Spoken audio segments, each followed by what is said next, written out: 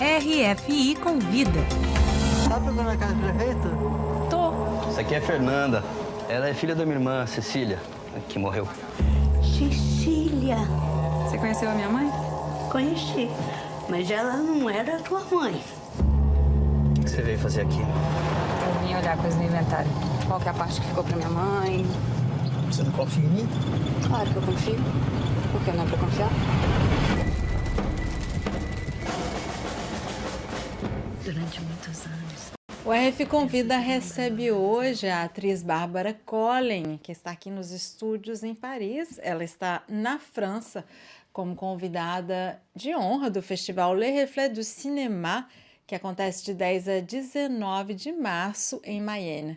A Bárbara é atriz de filmes premiados internacionalmente, como Bacurau, Fogarel, entre vários outros. São tantos filmes que ela é considerada uma das principais representantes deste cinema brasileiro atual. Seja muito bem-vinda ao RF Convida, Bárbara. Obrigada, estou muito feliz de estar aqui. Obrigada pelo convite.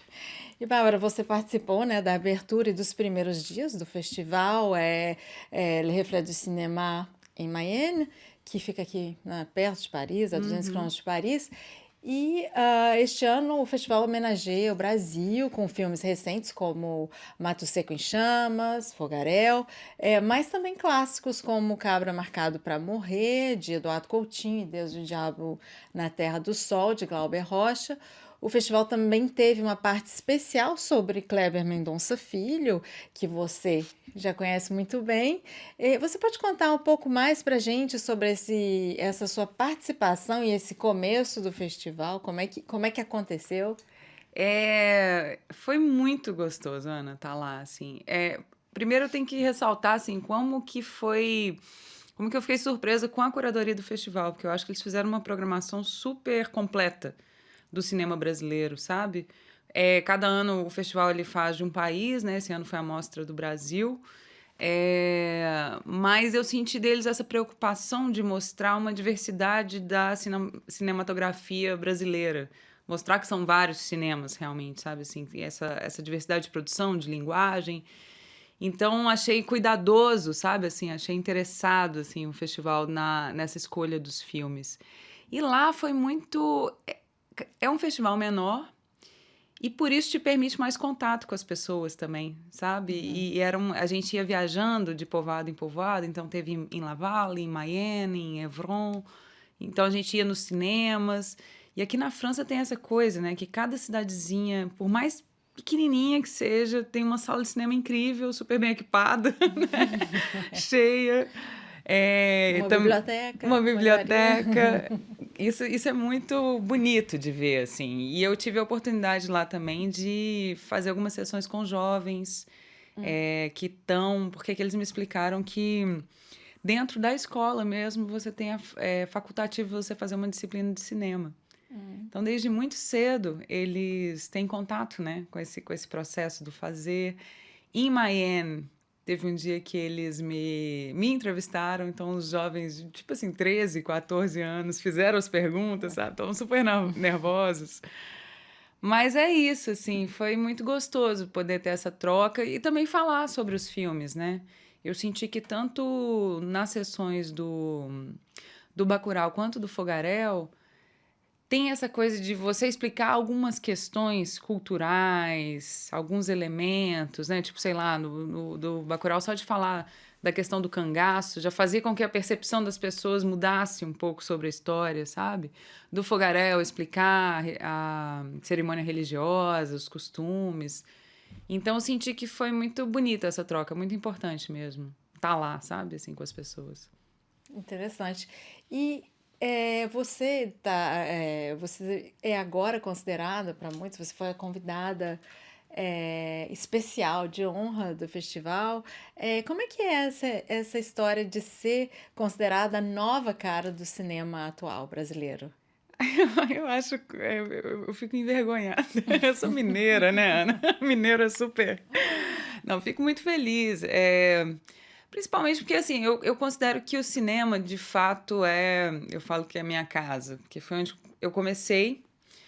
é a linguagem com a qual eu mais trabalho e eu tenho uma verdadeira paixão, assim, com o cinema. Eu acho que todo o processo cinematográfico me apaixona muito, assim, desde essa questão da coletividade, né? De você ter uma equipe inteira trabalhando por um processo, em condições muito horizontais, assim, de relações, sabe? Assim, isso eu acho que é uma das coisas mais bonitas. E depois tem toda essa parte de poder sair, de encontro com o público, de levar o Brasil para os lugares, sabe? Então, todas as vezes que eu fui para os festivais, poder falar da minha gente, do meu país. Então, não sei, eu fico muito feliz mesmo, assim, de ser um encontro recíproco, sabe? Eu queria saber exatamente como você começou a trabalhar com Kleber Mendonça Filho. Você de Minas, trabalhar com um cinema vindo de Recife, né? É muito curioso, porque, assim, na verdade, eu sou de Minas, mas eu cresci em Recife. Então, eu fui para Recife com 6 anos, fiquei lá até a adolescência e voltei para Minas Gerais depois. Mas esse período todo da formação, da infância, as memórias, é tudo de Pernambuco, assim. E foi muito casualmente. Eu vi uma chamada para casting no Facebook. Na época a gente usava o Facebook, hoje em dia tá tão... E falando, chama-se atores para teste do novo filme do Kleber Mendonça e tal. Que foi quando eu fiz o Aquários. E aí eu fiz o teste. O Marcelo Caetano viajou o Brasil inteiro fazendo testes com pessoas do Brasil inteiro. E o meu foi o último teste do último lugar, que era em Belo Horizonte, assim. E aí o Marcelo olhou para mim e falou, acho que você podia fazer, talvez, a protagonista mais jovem, vou tirar uma foto sua e tal. E aí aconteceu, assim, eles me chamaram para o Aquários, e depois veio o convite já direto para o Bacurau, assim.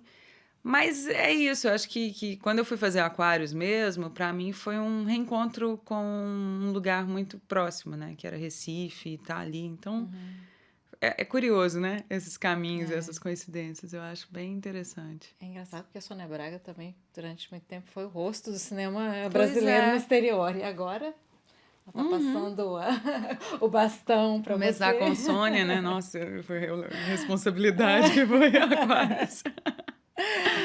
E existe um lado bastante combativo de resistência, de resistência no cinema que você faz, não? É verdade? Você se preocupa com isso quando você escolhe os seus personagens? Eu acho que não é uma coisa assim de falar, eu vou escolher porque tem isso. Não, não é bem assim. Eu acho que tem um processo muito natural do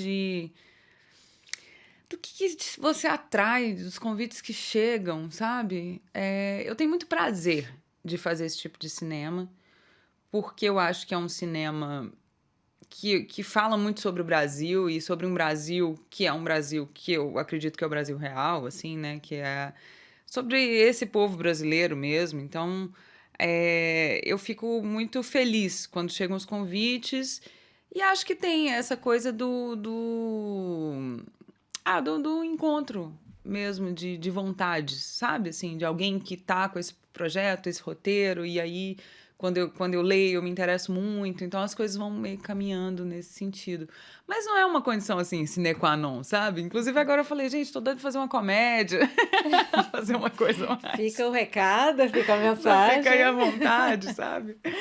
Pois eu ia te perguntar exatamente como é que é mudar desse cinema independente para a novela, porque recentemente você fez uma novela, né? Sim, eu acho a novela, para mim, eu pensava eu preciso fazer novela, porque o Brasil, ele é da novela, né? A novela é o produto nacional por excelência, assim.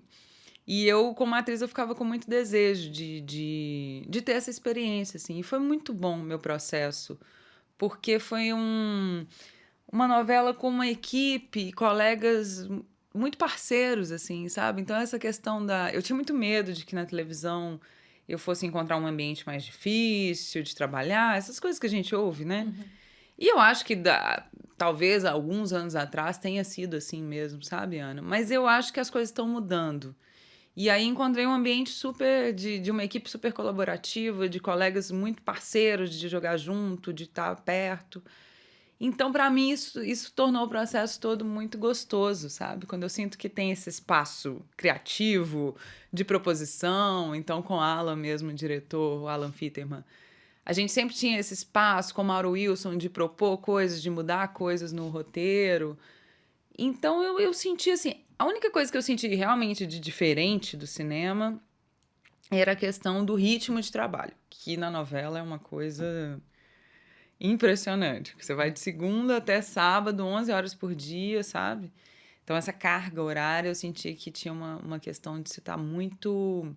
Quase como um atleta. Eu vi a Isabel Teixeira falando que é como correr uma maratona, e eu tive essa mesma sensação, assim, sabe? Eu falei, gente, é um negócio que você tem que estar preparado, inclusive fisicamente, para conseguir, sabe? Mas é isso que eu ia te perguntar, porque de repente você sai da telona, da telinha, tem uma pressão, tem o público, né? Uma relação diferente com o público, Sim. imagino, que se constrói. Também é uma pressão grande em cima das mulheres no Brasil, não para questões físicas. Sim. Você sentiu isso, uma diferença? Eu tive uma diferença de processo com a novela, porque a nossa, como foi feito na pandemia, quando a novela estreou, ela já estava toda gravada. Isso foi bom, num sentido de que, por um lado, a gente fez sem ter essa pressão, mas, por outro, ruim, porque eu acho que a novela tem muito essa coisa de troca, de você ir adaptando à medida que vai passando, você ouve o público, né? Os personagens, os rumos dos personagens vão mudando a partir dessa troca com a percepção do público.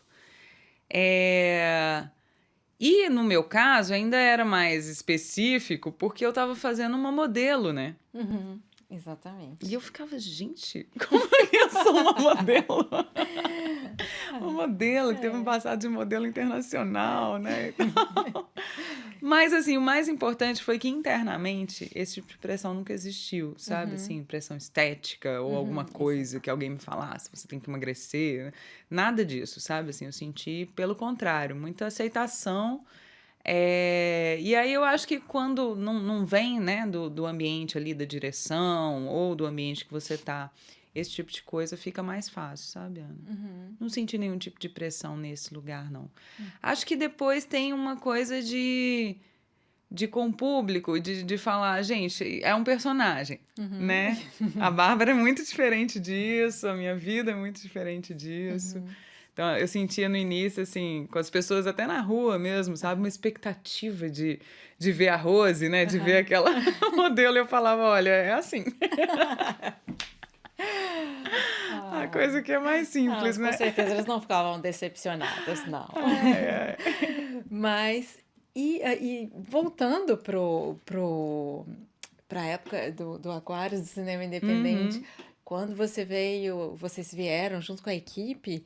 em Cannes, era um momento bem político no Brasil, Sim. específico, complexo.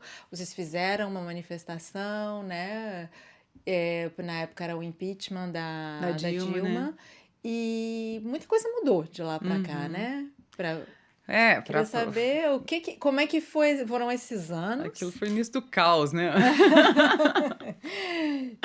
E como é que você viveu isso? Como é que, como atriz, né, como pessoa que trabalha no mundo da arte, e o que agora, e essa mudança final, né, agora? Sim. Nova perspectiva. Foi curioso, assim, que eu acho que tanto o Aquários quanto o Bacurau saíram em momentos muito emblemáticos, né? Eu acho que o Aquários, que era um filme que tratava justamente da resistência de uma mulher, né, contra um sistema imobiliário e ela tendo que sozinha fazer frente a tudo aquilo, e aí o filme vem naquele momento do impeachment da Dilma, então dialogava muito nesse lugar. E o Bacurau saiu naquele momento do início do governo do Bolsonaro, em que tudo estava sendo destruído, né? Então, assim, extinção do Ministério da Cultura, suspensão dos editais, a gente estava muito sem a perspectiva. E eu acho que talvez foi um dos fatores que fez com que o Bacurau tivesse tanta ressonância, né, como um símbolo de resistência mesmo. Naquele momento, um pouco um alívio das pessoas de verem o cinema nacional. Porque foi muito, muito curioso, né, Ana? Era um momento de uma campanha absurda contra os artistas, no sentido de dizer que era um bando de corrupto, de gente que não fazia nada, e né, toda aquela campanha contra a cultura que a gente estava vendo, ou de dizer que o cinema não servia para nada.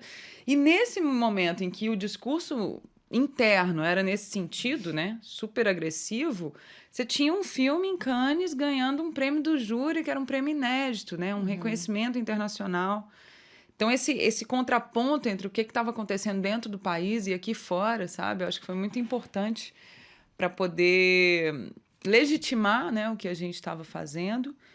Mas é um período muito duro, né? Está sendo ainda. Acho que agora, com o Lula e o retorno do Ministério da Cultura, a gente está com um pouco mais de esperança, mas ainda não é um relaxamento, sabe? Assim, porque todo mundo sabe que não tem nada garantido. 4 anos passam muito rápido e a gente sabe o tanto que foi apertada, né? Essa vitória do Lula. Então, eu acho que a gente ainda está nesse estado muito precário do fazer das coisas. E, especialmente no cinema, é uma coisa que me revolta muito, porque desde a retomada foram muitos anos de reconstrução, sabe? E não é fácil reconstruir uma indústria, né? E uma indústria que já era completamente lucrativa, sabe? Por si. Isso é que mais me revolta em toda essa lógica, porque você falasse, não, é um setor deficitário da economia que o governo tem que ficar alimentando. Mas já não era. Era um setor da economia que gerava muito lucro e que foi extinto por uma simples questão ideológica de extrema-direita, entende? Então, isso é o que mais me revolta com a ignorância mesmo das pessoas, sabe? De não entender o que estava acontecendo, não entender o tanto que o cinema já estava movimentando a economia local, né? Porque cada vez que chega um filme no lugar, é um restaurante que funciona, é transporte, toda a economia aquecida, o tanto de emprego que gera, né? E, enfim, toda a estrutura que a gente já estava assim, porque, nossa, quando começou esse desmonte, era filme brasileiro em todos os festivais internacionais, sabe? Inclusive, em Cannes foi o ano da Vida Invisível e de Bacurau, né? É verdade. É. Exatamente. E como é que fica agora? Quais são os planos para o futuro? Os seus planos para o futuro? Eu acho que agora entra esse novo elemento de... Poxa, vamos poder fazer de novo os nossos próprios projetos. Eu estou muito nessa vontade, sabe, Ana? Eu não sei, eu tô com uma coisa de querer escrever. Tô com ideia de roteiro o tempo todo. Olha só. Ainda não tô conseguindo instrumentalizar. Até hoje mandei uma mensagem pra Francine, uma amiga, e falei, cara, me ajuda nessa, assim. Porque eu tô com muita vontade de começar a escrever pra poder... Tem uma coisa quando você assume, né, a escrita e o seu roteiro, que é de você poder contar a sua história e sair desse lugar da espera de alguém que vai te chamar e da espera de um outro que vá compreender o que você quer falar para o mundo, né? Então, acho que eu tô com esse desejo. E agora, com a volta dos editais, com a Paulo Gustavo, acho que tá todo mundo um pouco mais esperançoso, assim, de que a gente vai poder voltar pro cinema, sabe? E trabalhar com cinema. Bom, teatro, enfim, todos os outros setores, mas, assim, especificamente no audiovisual, né? Essa sensação de que a gente, de novo, vai ter a nossa independência, sabe? Que é muito importante. Que bom. É.